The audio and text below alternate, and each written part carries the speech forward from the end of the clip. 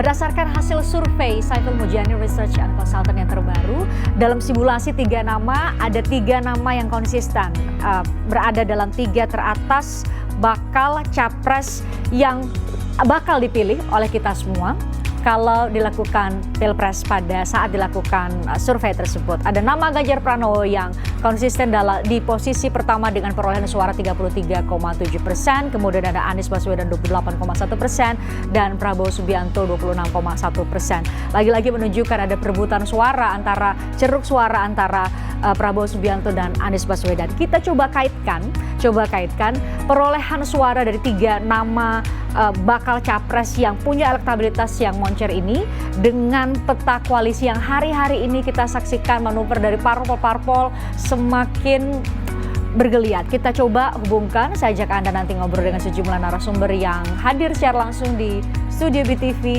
dan bergabung secara virtual. Saya Christian Grich bersama Anda dan menyaksikan obrolan malam. Kemungkinan yang masuk ke putaran kedua adalah Ganjar Pranowo dan Anies Baswedan. Orang ngono kok saiki nungguin enggak ada urusan gue.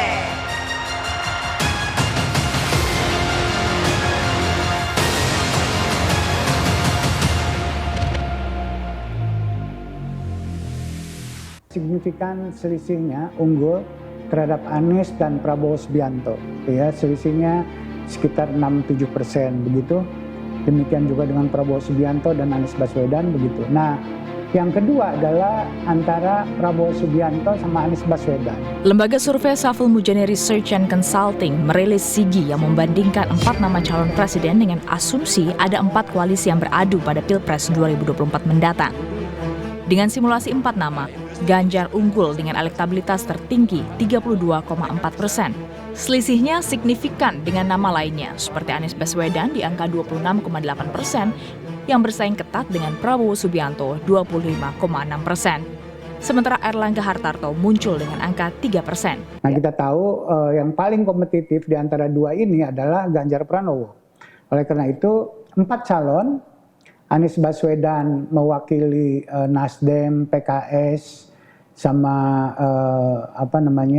Demokrat. Gitu, Prabowo Subianto mewakili Gerindra sama PKB, sebut begitu, Erlangga Hartarto gitu ya. Ini adalah pimpinan partai terbesar di KIB, koalisi yang dibentuknya dalam hal ini. Di situ ada PAN dan ada P3. Itu cukup untuk mencalonkan satu pasangan. Selama 1,5 tahun terakhir, elektabilitas Ganjar terus konsisten dan menguat signifikan. Survei sebelumnya di periode yang sama, elektabilitas Ganjar berkisar di angka 25%, yang kini menyentuh angka 33%, artinya melesat 8%. Meskipun begitu, hingga kini Ganjar satu-satunya nama yang belum mendapat dukungan sebagai bakal calon presiden dari partai politik, termasuk PDI Perjuangan.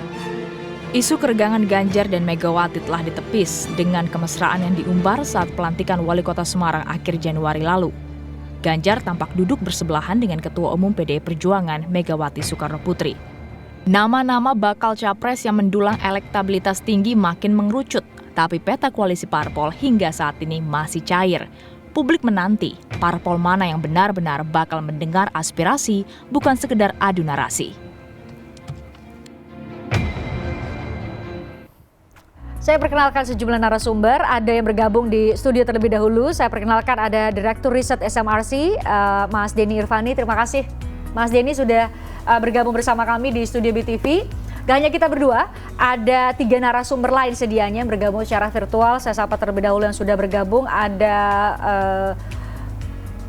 Bang Renanda Bahtiar, Wasekjen DPP Partai Demokrat. Selamat malam Bang Renanda. Malam Christian, Bahtar. Ya. Bahtar, oke, saya koreksi. Selamat malam. Tulisannya nggak salah. Oke. Selamat malam. Selamat malam Bang Renanda sekali lagi. Kemudian ada Pak Fauzan Amar, politisi PDI Perjuangan. Selamat malam, Pak Fauzan. Selamat malam, Mbak. Apa kabar? Nah, kami masih menantikan ada anggota Dewan Pembina Partai Gerindra, Andaro Rosiade, yang sesaat lagi katanya akan bergabung bersama kita semua di obrolan malam edisi kali ini. Mas Denny, Mungkin bisa dijelaskan. Tadi kan kami coba tampilkan ada simulasi 4 nama, ada simulasi 3 nama. 3 nama ini juga tidak hanya SMRC dalam arti bahwa hasil SIGI secara berkala dalam periode tertentu, tetapi juga dari lembaga-lembaga lain, lembaga-lembaga survei yang lain. Mungkin ada bisa jelaskan. Kalau tadi kan di awal saya bilang bahwa terbaca bahwa antara Pak Prabowo dan Pak Anies ini memang ceruknya saling berebut. Anda mungkin bisa menjelaskan demografi dari pemilih ini, kenapa mereka saling berebut dan akhirnya bertukar posisi, bagaimana? Ya, pertama kita perlu ingat bahwa pendaftaran calon presiden masih 6-7 bulan lagi ya. Jadi yang definitif kita belum tahu siapa yang akan jadi calon presiden. Tapi kalau melihat aspirasi publik, SMRC melakukan survei secara berkala untuk mengetahui siapa yang ingin dipilih sebagai presiden oleh masyarakat. Dan kita menemukan ada 3 nama yang secara konsisten, bahkan sejak tahun lalu itu berada di urutan teratas. Ada Pak Ganjar Pranowo, kemudian Pak Prabowo dan kemudian Pak Anies gitu ya. Dari 3 nama paling besar. Nama-nama lain ada juga, misalnya Pak Ridwan Kamil, tapi jaraknya cukup jauh ya, masih di bawah 10%. Gapnya maksudnya Gapnya ya, dengan 3 nama teratas tadi. Sehingga kita bisa simpulkan sejauh ini kalau pemilihan presiden diadakan sekarang begitu, masyarakat pinginnya 3 nama itu. Tentu saja ada dinamika ya. Kalau dilihat pergerakan aspirasi pemilih dari bulan ke bulan, dari tahun ke tahun, itu ada perubahan yang menurut saya cukup berarti. Perubahannya kalau dua tahun lalu misalnya kita masih melihat pada tahun 2021 itu Pak Prabowo masih berada di posisi paling atas. Paling atas ya. Paling atas, kemudian Anies di posisi nomor 2, kemudian Ganjar di nomor 3, lalu sekarang berbalik perlahan ya? Ganjar naik jadi posisi nomor 2, dan terakhir dalam 1 tahun terakhir sudah konsisten sepanjang berada di atas. 2002 ya? Betul. Kemudian Pak Prabowo yang tadinya nomor 1 itu perlahan turun, sekarang posisinya relatif kurang lebih sama dengan Anies, tapi sudah mulai cross gitu ya dengan Anies dalam survei terakhir SMRC pada Desember. Itu menarik sebetulnya. Karena ya bisa dijelaskan kenapa, karena memang di antara 3 nama itu Pak Prabowo yang paling populer ya. Beliau sudah dikenal hampir 100% pemilih, sementara Pak Ganjar misalnya itu baru 70-an%, Pak Anies 80-an%, sehingga justru Pak Ganjar paling kecil keterkenalannya, tapi elektabilitasnya tinggi. Betul. Kenapa kok bisa mendapat elektabilitas lebih tinggi gitu ya? Karena di antara yang kenal itu yang suka gitu ya, yang suka kepada Pak Ganjar lebih tinggi likability-nya, tingkat penerimaan publik kepada Pak Ganjar lebih tinggi, di atas 80%. Pak Anies dan Pak Prabowo itu sekitar 70-an%. Itu yang menjelaskan mengapa Pak Ganjar unggul gitu ya. Dan memang ada perubahan ya, dari Pak Prabowo menurun, kemudian Anies agak sedikit naik, Ganjar konsisten berada di atas dalam setahun terakhir. Tadi Presiden bilang bahwa ini berebut di ceruk yang sama, itu saya kira ada benarnya. SMRC pernah melakukan analisis cross tabulasi dari pemilih calon presiden pada 2019, dulu ada Pak Prabowo dan Pak Jokowi. Kita tanya dalam survei dulu pilih siapa gitu ya, kemudian sekarang kalau pemilihan presiden pilih siapa. Ternyata ada perubahan, ada peralihan gitu ya, dari pemilih Pak Prabowo itu lebih dari 40%, itu sekarang pinginnya milih Anies gitu ya.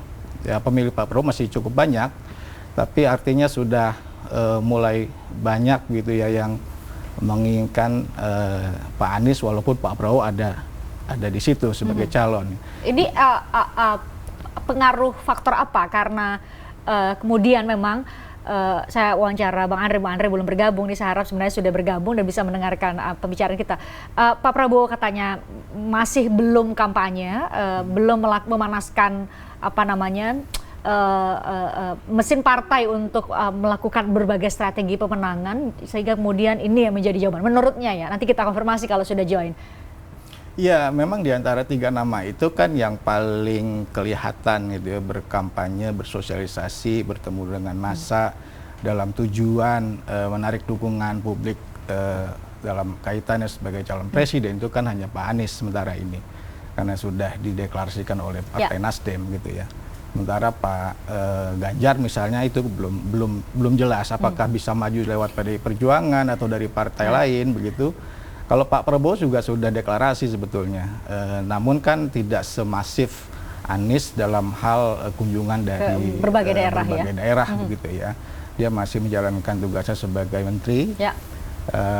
Bisa jadi itu salah satu penjelas begitu. Namun demikian bagaimanapun apa yang saya sampaikan tadi merupakan satu indikasi begitu bahwa pemilih Pak Prabowo yang 2019 cukup besar 44% kurang lebih itu sudah banyak yang mulai melirik kepada Anies. Melirik kepada Anies.